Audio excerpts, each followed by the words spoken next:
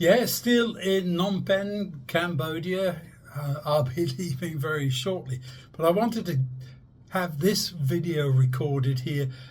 Living the Law, number 9 in our series on the book of Exodus. And it looks at Exodus 20 and 21 and 22. Again, far too much to get through. And when we talk about living the law, we need to be extremely careful that we don't think the law is the way we live. We certainly want to be keeping the law, we want to be following what God has said, but that doesn't actually get us to where we need to be. Let's take some trivial examples. If I keep within the speed limit, the law of the country, as it were, does that make me good? Evidently not. If I, in fact, spend my whole life keeping every law that the country prescribes, even God's moral, ethical commandments, does that actually make me good? Well, it might help me to treat people well and to do all those kinds of things. But just like the Pharisees, I could be doing all that for the wrong reasons and outwardly seem very good, but as Jesus said, inwardly, you're full of corruption, you're full of dead men's bones. You don't really mean it. You're just keeping it as a requirement. So I think as we look at this whole concept of the law and how we live it, yes, God gave us the 10 Commandments as, I would almost want to say, a baseline.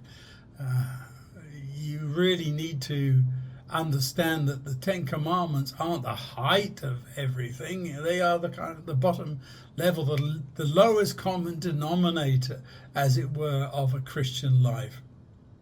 And when it comes to salvation, we often talk about giving our hearts to Jesus, giving ourselves to Jesus, and so on.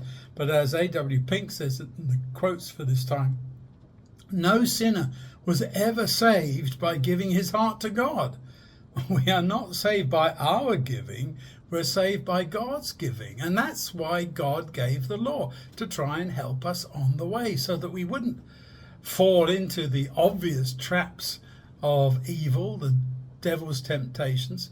But in the end, that doesn't actually save us, does it? It doesn't bring us God's grace. It doesn't give us what God wants, a change of our hearts, so that we don't think those thoughts anymore, that we are remade from the inside out. So as I put in the questions for this time, why did God have to spell out so many laws? And if you go through Exodus, Leviticus, Numbers, Deuteronomy, and so on, you see such an emphasis on what you need to do. But in the end, that doing is meant to change who you are inside. It's not your doing, it's your being that God is interested in. Now, what you are leads to what you do, evidently. So that's why God gives us these standards of measurement. Maybe that's a good way of describing the law. Paul says, I wouldn't have really known what good and evil was, apart from the law showing me. I look in the mirror and I see how bad I am, because the law tells me about that. Now, in these various laws, we're given some very disturbing ones, I even want to say. In Exodus 21, for example, it talks about how the Israelites are to deal in their particular situation. Like, how do you deal with a dangerous ox? Well, that's not exactly a major problem of today. And the treatment of the slaves. In Exodus 22, it's similar. It talks about how do you deal with foreigners? You shouldn't abuse them. And you shouldn't have sex with animals. I mean, how degrading and disgusting can you be to get down to that level? That God had to spell that out is one of the most disturbing things about this whole subject, that God has to make a law, because obviously that was some kind of problem, or a potential problem, that had to be dealt with. When you look at all the laws, that helps our Christian life.